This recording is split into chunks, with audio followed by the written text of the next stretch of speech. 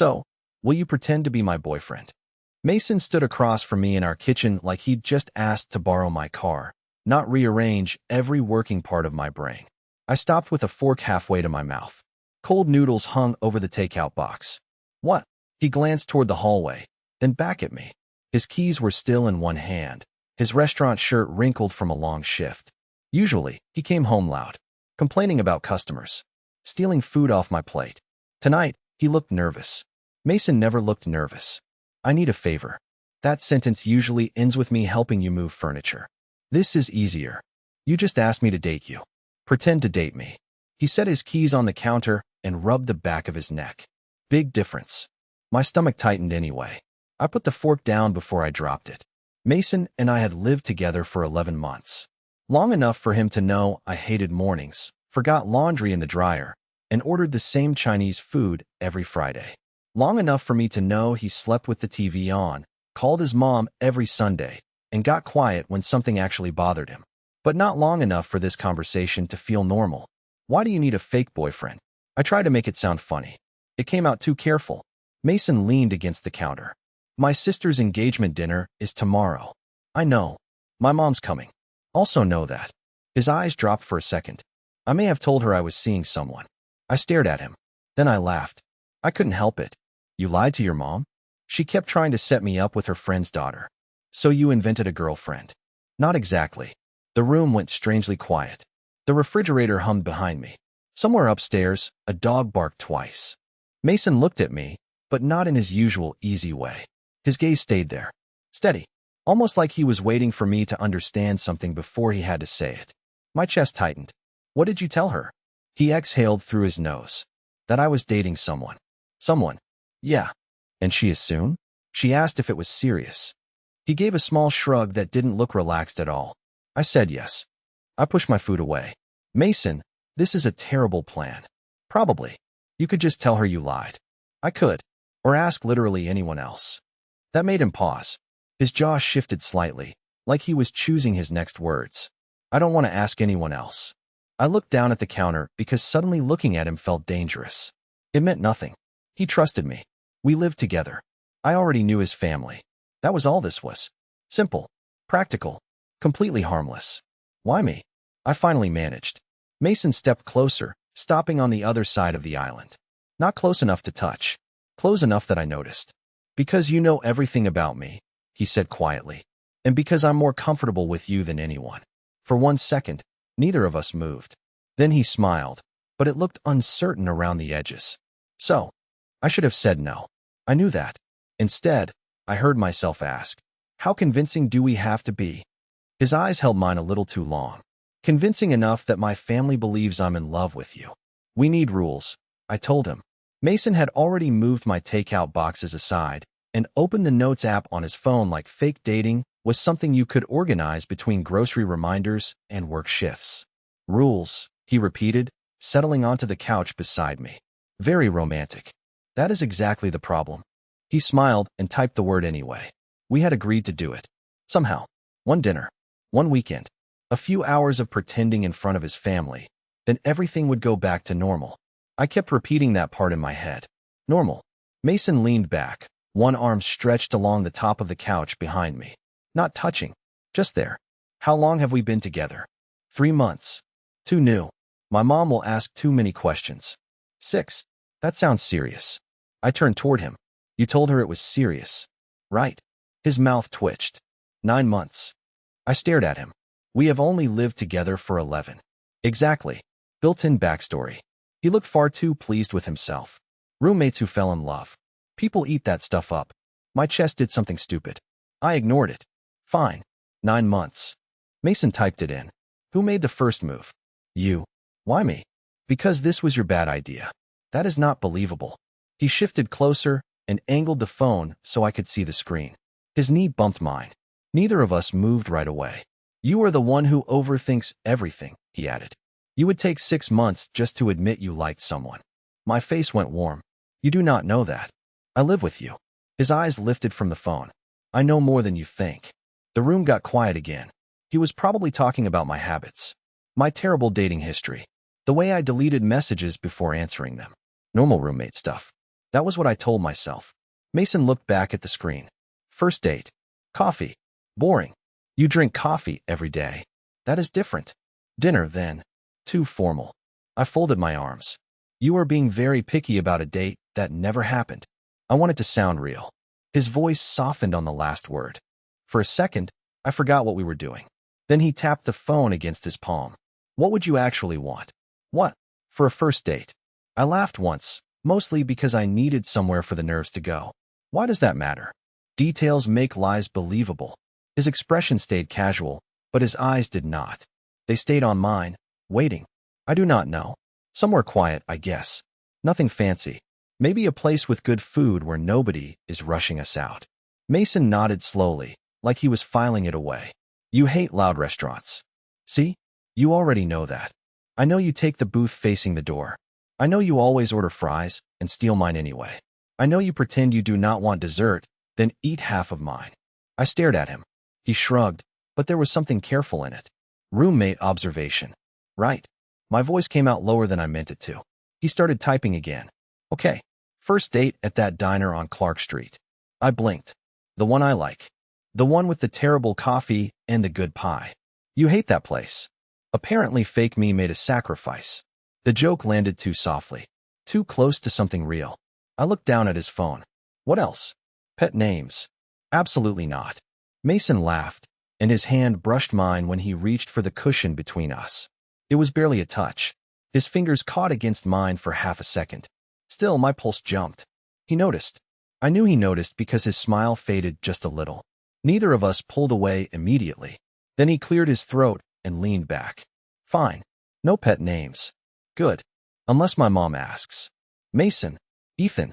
He grinned again, but it looked different now. Less teasing. One more question. What? He held my gaze. Why did you say yes? I opened my mouth. Nothing came out. Mason waited, completely still. I could have told him the obvious answer. Because he needed help. Because we were friends. Because it was only one weekend. Instead, all I could think was that he had chosen me. Out of everyone, he had chosen me. Because you would be terrible at this without me. I finally said. Mason smiled, slow and unreadable. Yeah, he murmured. That must be it. Put your hand on my waist. Mason stood behind me in the hallway, watching our reflection in the narrow mirror by the front door. I turned so fast my shoulder hit the wall. You could warn someone before saying that. I just did. He looked amused, which made it worse. We had less than 24 hours before dinner with his family, and apparently Mason had decided our fake relationship needed rehearsal. Not conversation rehearsal. Physical rehearsal. You are the one who said we had to be convincing, he reminded me. I meant knowing the story. My mother notices everything. He stepped closer. If I stand 3 feet away from you all night, she is going to know. My heartbeat picked up. I folded my arms. So what exactly are we practicing? Mason glanced at the mirror, then at me. Standing like people who actually like each other. That sounds deeply scientific. Come on, Ethan. He moved beside me and rested one hand lightly against my lower back. My entire body went stiff. Mason felt it immediately. Of course he did. His eyebrows lifted. You look like I have a weapon. Your hand is cold. It was not. Do you want me to warm it up first? I looked at him. He looked back. The joke should have ended there. Usually, Mason would have laughed, called me dramatic, moved on. Instead, his expression changed. Just slightly. His thumb shifted once against my shirt. Then the hallway went quiet. Relax, he murmured. That did not help. He adjusted his position until his shoulder touched mine, then guided me closer with the hand at my back. There. Better. I could see us in the mirror. Mason in his dark work pants and rolled-up sleeves. Me in an old gray t-shirt, trying not to look like I was actively forgetting how breathing worked. We did look convincing. That was the problem. His arm fit around me too easily. My body leaned toward his before I could stop it. Mason noticed that too. His eyes moved from our reflection to my face. See? His voice was quieter now. Not terrible.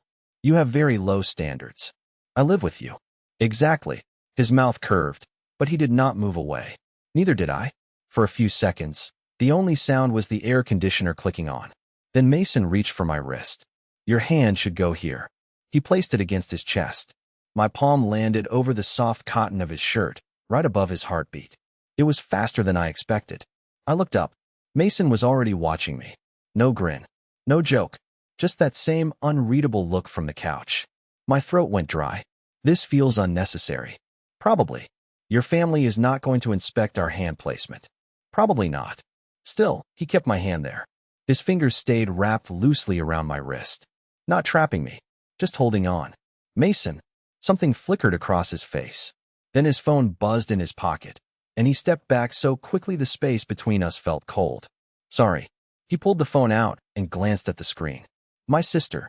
I dropped my hand and stared at the floor. Right.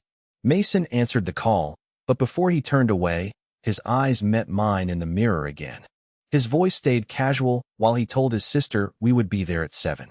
His free hand flexed once at his side, like he could still feel mine against him. I told myself I was imagining it. I told myself his pulse had only been fast because we were standing too close. I told myself this was practice. Nothing else. Then Mason ended the call and looked at me. We should try the hug next. And that was when I realized I was running out of lies that sounded believable. So which one of you fell first? Mason's mother asked before I had even taken my second bite. My fork paused over the plate. Across the table, Mason looked far too calm. His sister, Lauren, leaned forward with a grin. I have been waiting to ask that. You could have waited longer, Mason muttered. Everyone laughed except me. I could feel heat climbing up my neck. We had practiced this question. Sort of. Mason was supposed to say he made the first move. I was supposed to roll my eyes and call him dramatic. Simple. Then his hand found mine under the table. Not a quick touch. Not an accident. His fingers slid between mine and held on. My breath caught. Mason looked at me like he was waiting for permission. I should have pulled away. Instead, I tightened my hand around his. He did, I managed. Lauren pointed at Mason. I knew it. Why does everyone assume that? He sounded offended, but his thumb moved slowly across my knuckle. Once. Then again. Because Ethan has standards, she replied. His mother laughed. Mason looked at me with a soft, private smile that did not feel like part of the performance. He does, he murmured. My chest tightened. I looked down at my plate before anyone noticed. Dinner should have gotten easier after that. It did not. Mason remembered my drink order before I spoke. He moved the onions off my plate because he knew I hated them. When his mother asked how we met, he followed our script for maybe 30 seconds. Then he started adding things. Real things. We were already roommates, he explained. But I think I first noticed him when I got sick last winter. I turned toward him. That was not in the notes. Mason kept talking. He stayed up half the night making sure I drank water. He left medicine outside my door because he thought I was asleep. You were sick, I whispered. You complain when I use your coffee creamer. That is different. His eyes stayed on mine. You took care of me. The table went strangely quiet. Lauren looked between us with an expression that made my stomach drop. That is actually kind of sweet. I laughed because I did not know what else to do. He was a terrible patient. You still stayed. Mason's hand was still holding mine beneath the table. No one could see it now. There was no reason to keep doing it. He did anyway. His mother smiled. I am glad he found someone who understands him. Something shifted in Mason's face. The teasing disappeared. For a second, he looked almost vulnerable. Yeah, he said quietly. Me too. My pulse jumped. I could not tell whether he was talking to her or to me. Maybe both. Dessert arrived, and somehow our hands remained together. Every time I thought he would let go, his fingers adjusted around mine instead. By the time we left the restaurant, I had almost forgotten the touch was supposed to be fake. Rain had started falling, light but steady. Mason opened the passenger door for me, and I raised an eyebrow. Still performing? He leaned against the door, close enough that I caught the clean, familiar smell of his cologne. Maybe. Your family cannot see us from here. I know. Neither of us moved. Rain tapped against the roof of the car. Mason's gaze dropped to my mouth for half a second. So fast I could have imagined it. Then he looked back into my eyes. Ethan. The way he said my name made my stomach turn over. What? He stepped closer. One hand lifted, almost touching my face, then stopped near my jaw. His breathing changed. Mine did too. For one terrifying second, I thought he was going to kiss me. Worse, I knew I would let him. The restaurant door opened behind us. Lauren called his name from across the parking lot. Mason's hand dropped instantly. He stepped back and gave her a quick wave. By the time he looked at me again, the moment was gone. We should get home, he said. I nodded and climbed into the car. But all the way back to the apartment, One question kept repeating in my head. If he was still pretending, why had he stopped only when someone else appeared? Your sister thinks we are actually dating. Mason stopped halfway through pouring coffee. It was Saturday morning, less than 12 hours after dinner, and I was standing in our kitchen pretending I had not spent most of the night replaying the parking lot in my head. That was the goal, was it not? I reached for a mug. Mason moved it toward me before I could. My mug. The blue one with the chipped handle. He had already added the amount of cream I liked. She texted me. He continued. 3 times. What did she say? His phone was on the counter between us. He turned the screen around. Lauren, he is cute. Lauren, also you look at him like an idiot. Lauren, Mom already invited both of you to the engagement party next weekend. My stomach dropped at the last message.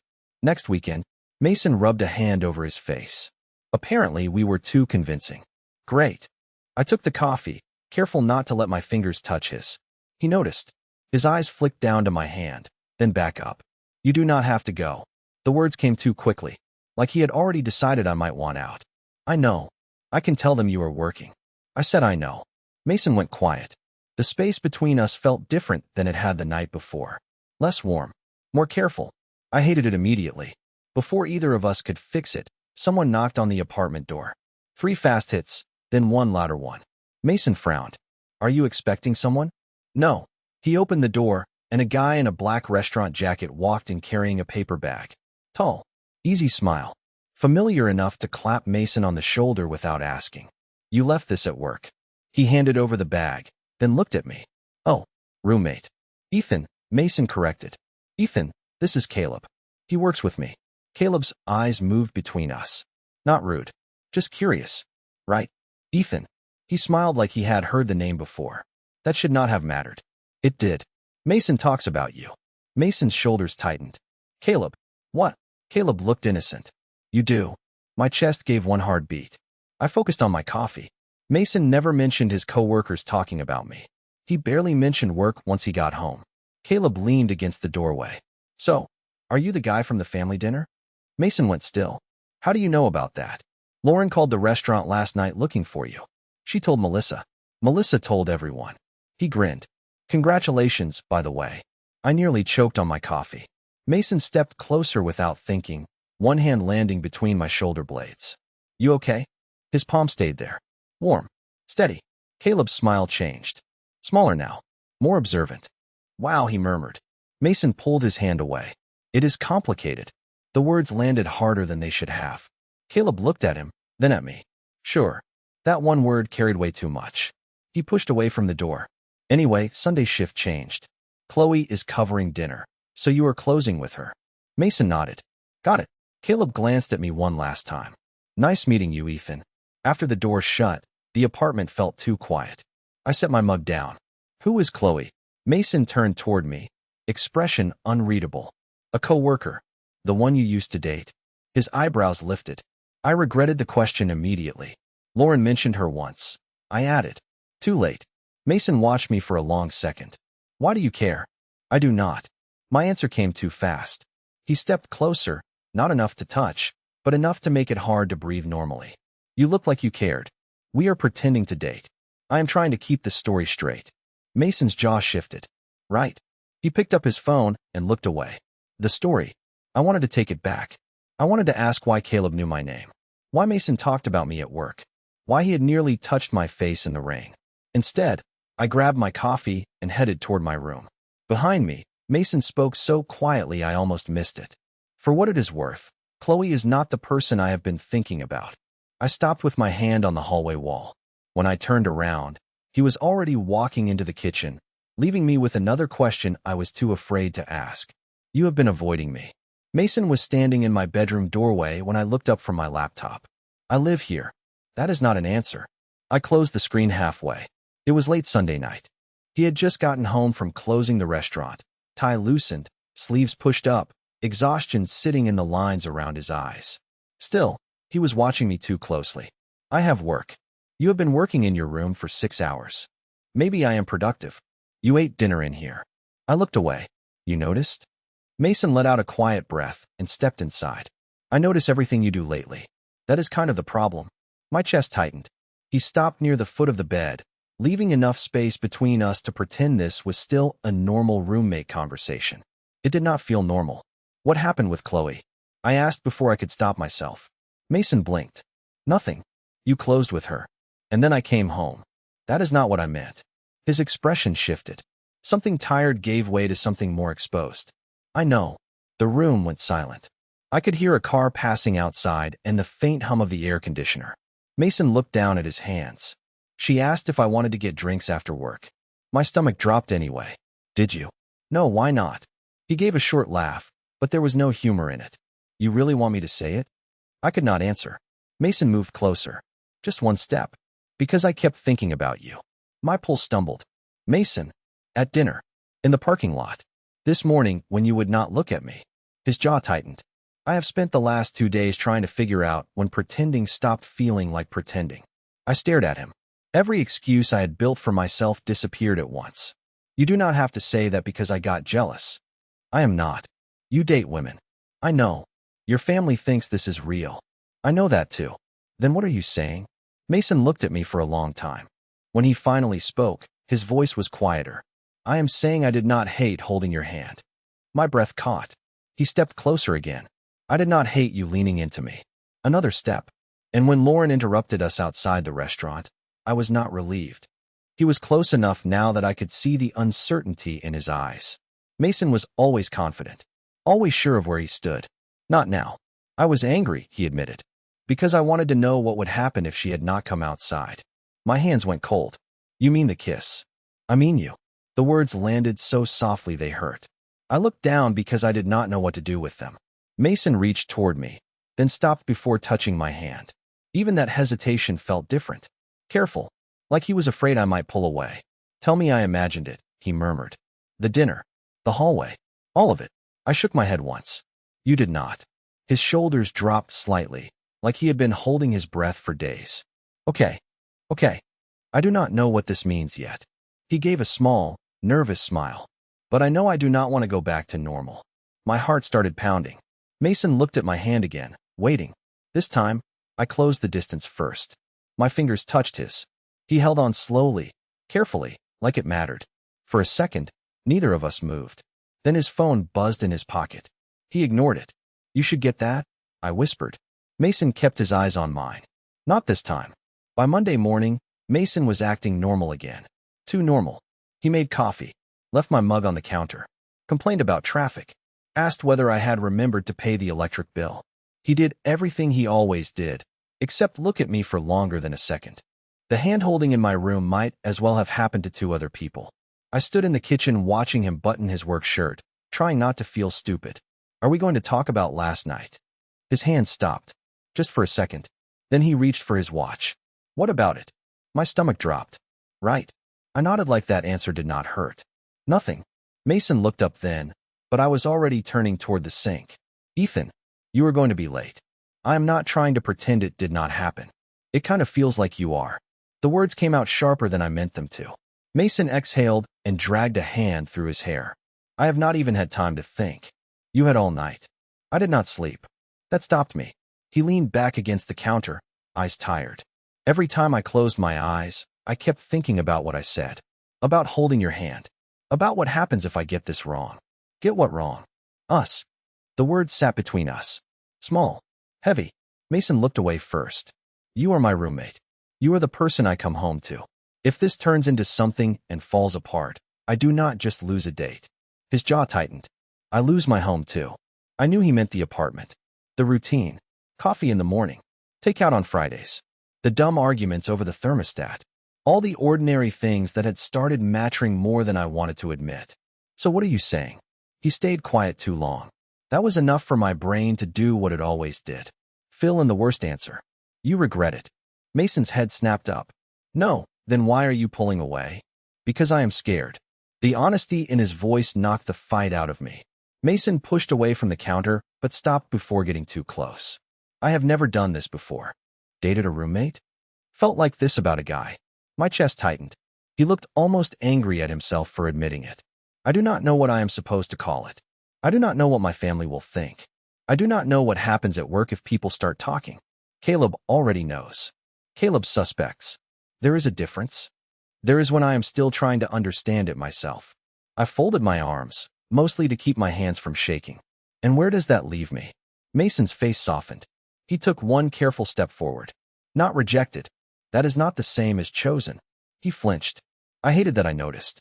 For a moment, neither of us spoke. Then his phone lit up on the counter. Lauren. A message preview filled the screen. Mom wants a picture of you two for the engagement slideshow. Mason stared at it. So did I? The lie had gotten bigger than our apartment. Bigger than one dinner. He picked up the phone, but did not answer. Maybe we should tell them the truth, I murmured. Which truth? That question hit harder than it should have. I looked at him, but Mason's eyes were fixed on the screen. The one where we are not really together. His mouth tightened. Is that the truth? I did not answer. He did not either. A minute later, Mason left for work without touching me. The door clicked shut behind him, and the apartment went quiet. Too quiet. For the first time since we started pretending, I wondered if normal was already gone, and whether either of us was brave enough to admit we wanted it that way. The picture frame was gone when Mason came home. He noticed before he even took off his coat. The small framed photo of us from last summer had always sat on the shelf beside the television. Me half laughing. Mason squinting into the sun. His arm around my shoulders like it belonged there. Now the shelf was empty. He looked at it, then at me. Where is it? I kept folding the same t-shirt on the couch. Packed. His keys hit the counter. Packed for what? I did not answer fast enough. Mason crossed the room and saw the cardboard box beside the hallway. Books. A lamp. 2 framed prints from my bedroom wall. His face changed. Ethan. I found a place. The words sounded worse out loud. A place. An apartment. I know what a place means. He stood completely still. When were you going to tell me? I am telling you now. No. I came home and found half your room in a box. I put the shirt down. You said you were scared of losing the routine. So you decided to destroy it first?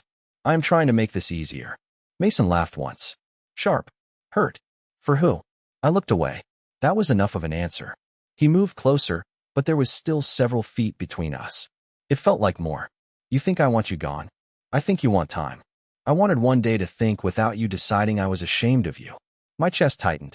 You could barely look at me this morning. Because if I looked at you, I was going to stay. Stay where? Right there. He pointed toward the kitchen. With you. Forget work. Forget every question I do not know how to answer. His hand dropped. And that scared me. I swallowed. You keep saying you are scared. I am. Mason held my eyes now. He did not look away.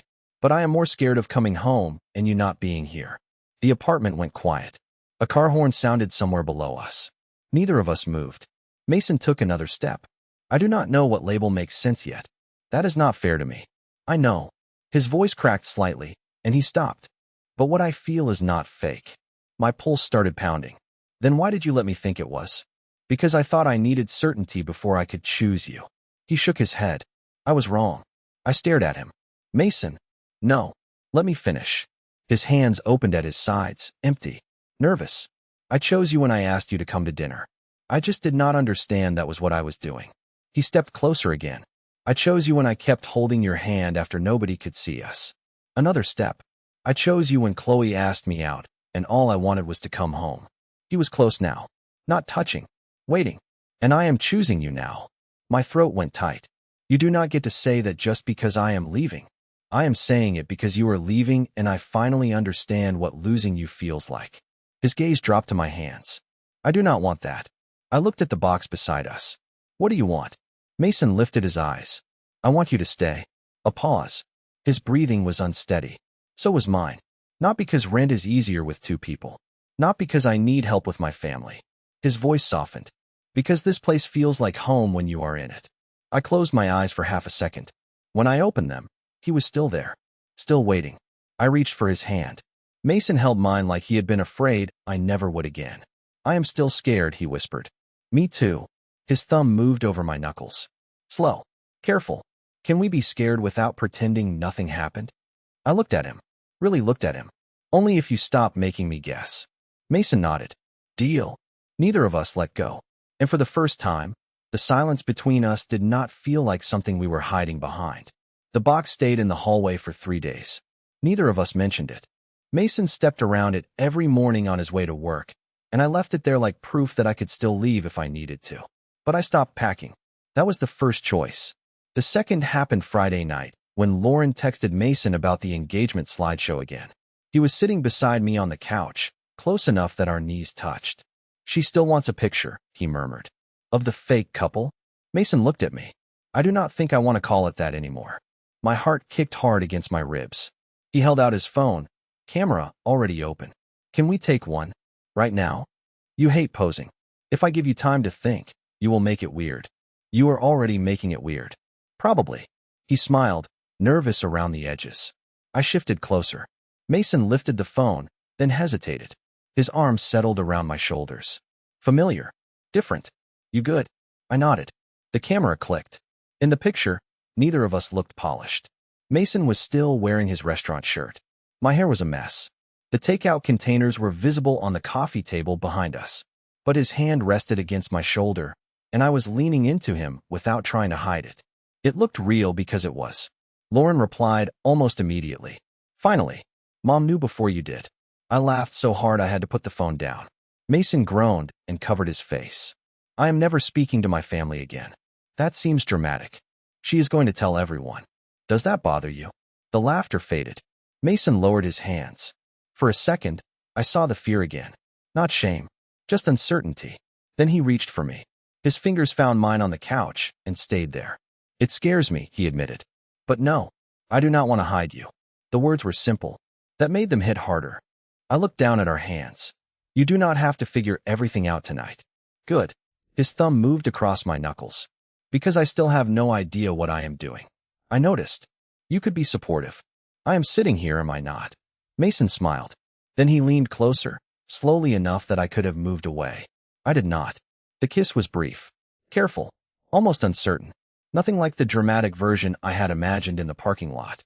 It was better because he stopped afterward and rested his forehead against mine, breathing out a quiet laugh. "Okay," he whispered. "That felt real." "Good." My voice came out softer than I expected. "Because I am done pretending." The next morning, the apartment looked exactly the same. Mason made coffee. I complained that he used too many grounds. He stole a piece of toast from my plate and denied it while chewing. Normal. Except when he handed me my mug.